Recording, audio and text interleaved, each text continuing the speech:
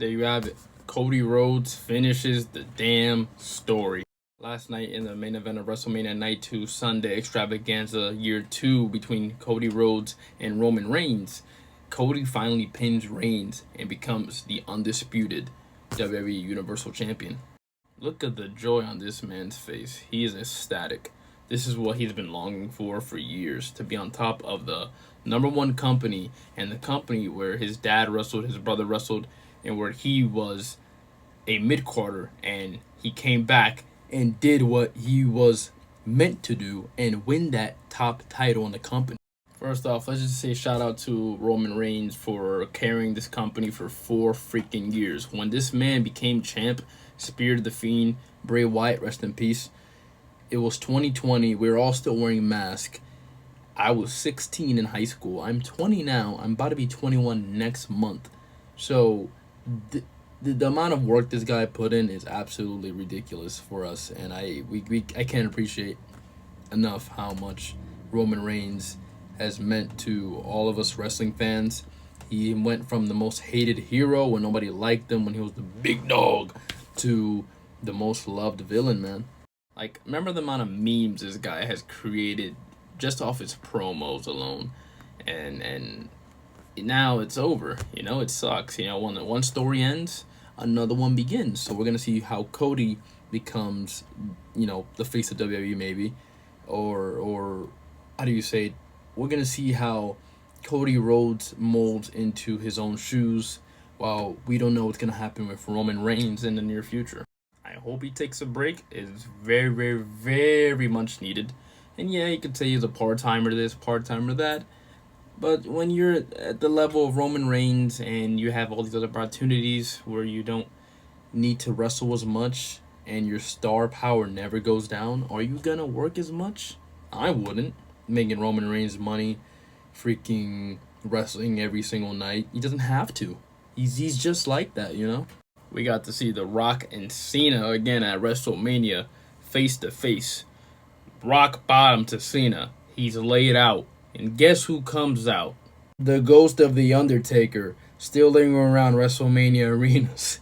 He choke slams The Rock, and he disappears after that. I mean, what else do you need from The Undertaker, man? We just needed The Rock out of there. He got choke slammed. Attitude Era. I know all those guys who grew up back then were pissing their freaking pants because of what they were watching in 2024. I honestly thought, and a lot of other people thought, Stone Cold was going to come out. That's Rock's biggest rival. So we thought Stone Cold was going to come out and freaking Stone Cold Stunner Rock out of his boots, and so Rock can oversell. But it was The Undertaker, which is fine as well, both legends. I got the order wrong on this because it's going to be Seth Rollins, who came out about to hit The Rock with a chair, but then gets Superman punched by Roman Reigns and he gets flatlined. When that Shield music hit, everybody was like, no freaking way is Jon Moxley, Dean Ambrose about to come out. But me, I wasn't one of those people because, one, he signed to AEW for a lucrative amount of money. Two, I think he's banned from WWE till like 2026 or something like that. So it was like, all right, there's just no way. There's just no way that he's going to come out. But instead, it was Seth Rollins in his Shield attire coming out, and he gets hit by a steel chair by Roman Reigns. Now, in this moment, for all of you that have watched this main event, you saw it was either Roman going to hit Cody with a chair or Seth Rollins with a chair. Roman standing in the middle between both of them. Cody here, Rollins here. You know who he chooses to strike? Seth Rollins first. This buys time for Cody to counter his move and, essentially just win the match. All Roman had to do was just hit Cody and then hit Seth. That would have worked a little better, maybe, but that's great storytelling right there, right off the bat, because Seth Rollins did the same to freaking Roman Reigns and his partner Dean Ambrose. So, that was a little sprinkle of, past times, which I really... Rhodes hits him with the trifecta of Crossroads and pins him 1, 2, 3. Man, this was very emotional, man. Even Samantha Irving, the announcer, was just crying, and Michael Cole was crying, and I'm surprised like nobody else in the ring, at least that I've caught, was like just crying because how emotional it was, man. Because This is Cody Rhodes, man. It's always just like this mid Carter. We got invested into this story of his, and we watched all along from the time of AEW to now. When he came back, and this is just what we've been waiting for since 2021, almost 3 years, or maybe 3 years already. When he came back from, I think it was Royal Rumble, so this is just a great ending to the story. I'm tired of hearing the damn story, but that almost brought tears to my eyes. I'm not gonna lie, I got a little watery eyed because wrestling, one of those forms of entertainment that can get you emotional if you're invested. Like anything else, if you're invested in something wholeheartedly, you will get emotional about it. And people want to bash wrestling that is fake, blah blah blah blah blah. First of all, to those people who think that wrestling's fake, what do you mean by fake? Yes, are they not hitting each other for real? Yes, of course. Why would they want to do that? They're working together. They're co-workers. They're employers and they're employees of same employer.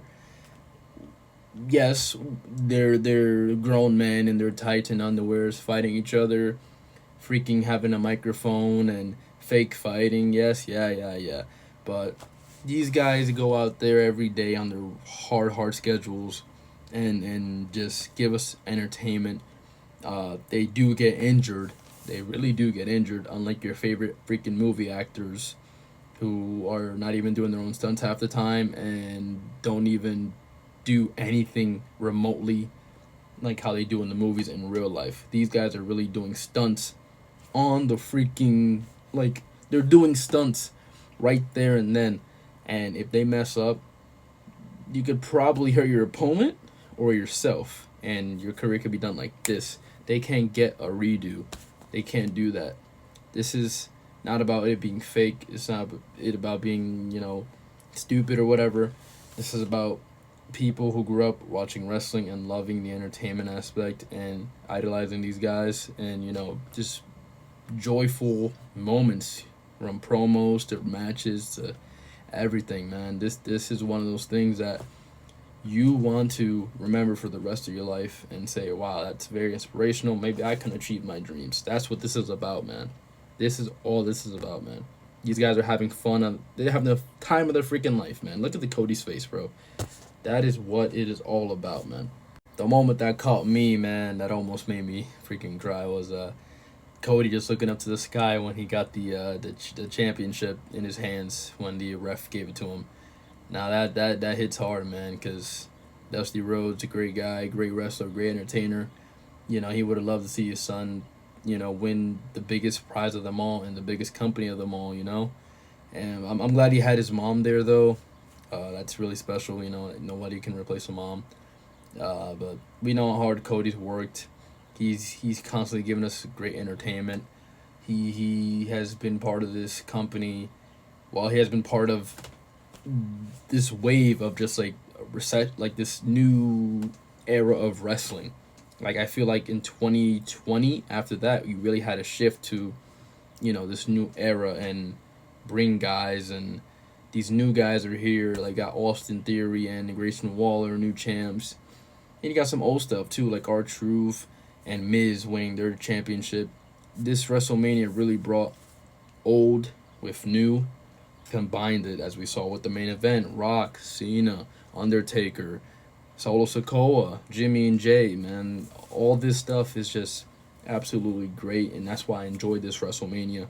Night 2 more, but everything in total, this whole event, man, really was one of the best, and I want to say the best WrestleMania we had in a while.